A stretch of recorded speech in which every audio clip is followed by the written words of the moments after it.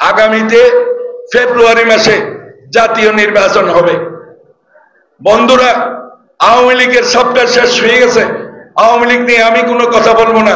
তাদের কর্মদোষে, রাজনৈতিক দোষে তারা বিগত 20-30 বছরের জন্য শেষ হয়ে গেছে। বন্ধুরা আমার, এখন যে দলটি বিএনপির প্রতিদ্বন্দ্বী হয়ে প্রতি কদমে কদমে মিথ্যাচার করে গুজব রটিয়ে বিএনপিকে একটি সানাবাজ দল হিসাবে, দখলবাজ দল হিসাবে বাংলাদেশের মানুষের কাছে পরিচিত করাতে যাচ্ছে, সেই দলটি হচ্ছে জামাত ইসলাম। বন্ধুরা, এই জামাত ইসলাম গত 4 তারিখ চকরিয়াতে একটি জনসভা এবং মিছিল করেছিল।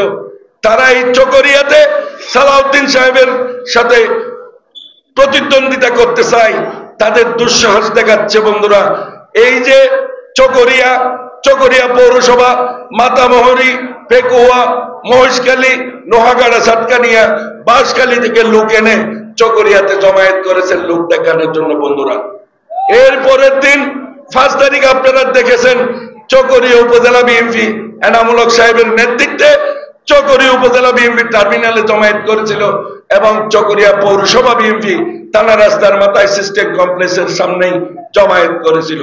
শুধু একটি মাত্র ইউনিট চকরিয়া উপজেলা বিএনপি, একটি ইউনিটের জমায়েতেই জামাতের চাইতে 3 গুণ মানুষ বেশি হয়েছিল। বন্ধুরা আমার, সুতরাং এইটা হলো জাতীয়তাবাদী দল বিএনপির রাজনীতি। এটা সালাউদ্দিন আহমেদের সংসদীয় এলাকা। আপনাদের দুঃসাহস, জামাত ইসলামের বাইরে যেই দুঃসাহস দেখাচ্ছে সালাউদ্দিন আহমেদ সাহেবের সাথে নির্বাচনে প্রতিদ্বন্দ্বিতা করতে চায়।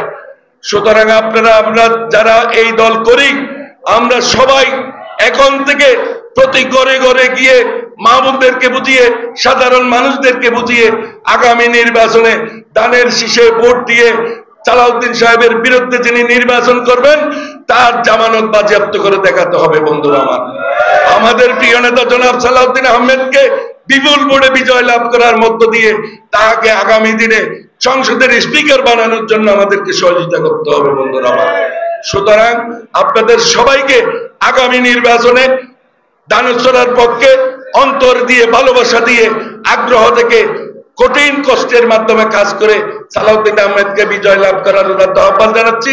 এবং আগামী 23 তারিখ চকরিয়া কলেজের মাঠে এনামূলক সাহেব নিজের থেকে, যদিও বা মন্ত্রী মহোদয় বলে নাই, কক্সবাজার জেলা বিএনপি বলে নাই, এরপরে উনি নিজেই আগামী 23শে আগস্ট শনিবার চকরিয়া উপজেলা বিএনপির সম্মেলন অনুষ্ঠিত করার জন্য উনি ঘোষণা দিয়েছেন। সেই ঘোষণার বরাবরে আমরা আগামী 23 তারিখ চকরিয়া কলেজ মাঠে সারা জাগানো, সারা কক্সবাজার জেলার মধ্যে সবচাইতে সুসংগঠিত এবং জাঁকজমকপূর্ণভাবে একটি সম্মেলন উপহার দেওয়ার জন্য আমরা বদ্ধপরিকর। বন্ধুরা, আপনারা সবাই দলমত নির্বিশেষে মিছিলে মিছিলে সেই সম্মেলনে যোগদান করার উদাত্ত আহ্বান জানিয়ে অনারের সামনে সংক্ষিপ্ত আকারে 2 বিষয় লই 2 মিনিট 4 মিনিট বক্তব্য দিই।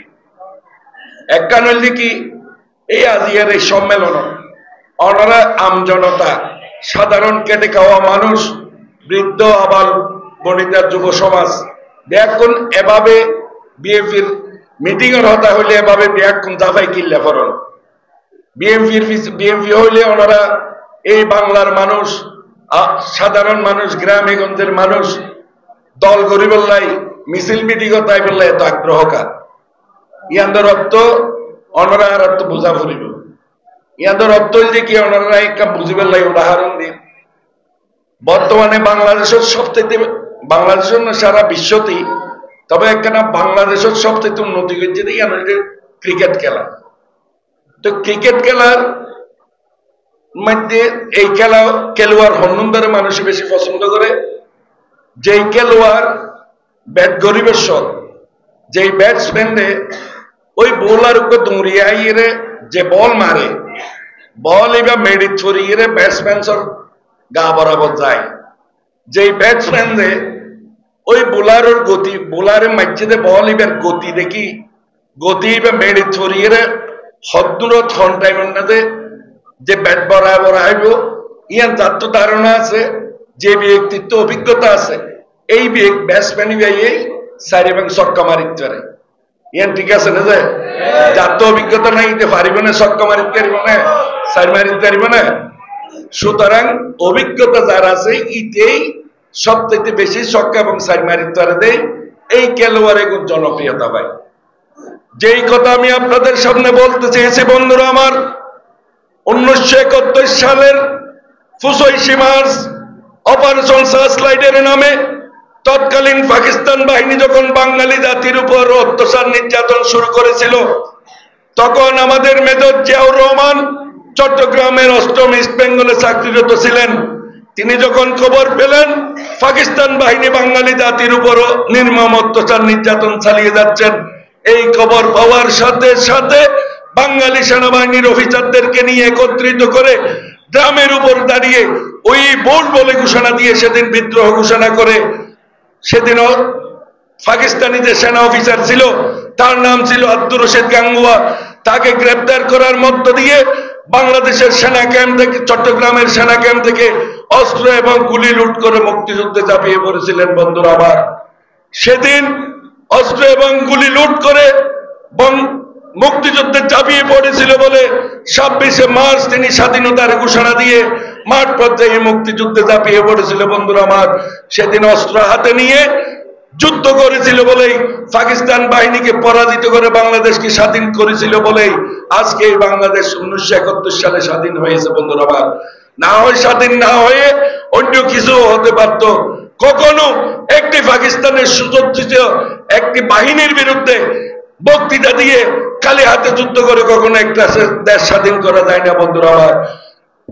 মেজর জিয়াউর রহমান অস্ত্রাগার থেকে অস্ত্র লুট করে, গুলি লুট করে মুক্তিযোদ্ধাদেরকে প্রশিক্ষণ দিয়ে তিনি নিজেই সেক্টর কমান্ডার থেকে, জেড ফোর্সের কমান্ডার থেকে মুক্তিযুদ্ধে তিনি অধিনায়কত্ব করে, তিনি নেতৃত্ব দিয়ে মুক্তিযোদ্ধাদেরকে প্রশিক্ষণ দিয়ে মুক্তিযুদ্ধে ঝাঁপিয়ে পড়েছিল বলেই, অস্ত্র দিয়ে অস্ত্রের বিরুদ্ধে যুদ্ধ করেছিল বলেই 1971 সালে বাংলাদেশ স্বাধীন হয়েছে বন্ধুরা আমার। সেই কারণে জিয়াউর রহমান কেটে খাওয়া মানুষের বন্ধু ছিল বলেই তিনি মাঠ পর্যায়ে গিয়ে কৃষকের সাথে কথা বলেছেন, খোলাগুলি করেছেন। যারা মাটি কাটে তাদের সাথে গিয়ে নিজের মাথার উপর মাটির ফেরগো যেটাকে বলে এটা মাথার উপর করে মাটি কেটেছিলেন। কেটে খাওয়া মানুষের সাথে বসে ভাত খেয়েছিলেন। তিনি ধান কেটে গিয়ে ধান রোপণ করেছিলেন। এই সমস্ত কারণেই জিয়াউর রহমানের অত্যন্ত জনপ্রিয়তা বাংলাদেশের মধ্যে বেড়ে গিয়েছিল বন্ধুরা আমার। যার জনপ্রিয়তায় অদ্যবধি বিএনপির নামদুল্লাহ আপনাদের মতো, হেমিলনের বাসিওয়ালার মতো সমস্ত কৃষক, শ্রমিক, জনতা, মেহনতি মানুষ এই জনসভায় এসে উপস্থিত হন বন্ধুরা আমার। সর্বশেষ আমি আর একটা কথা বলবো,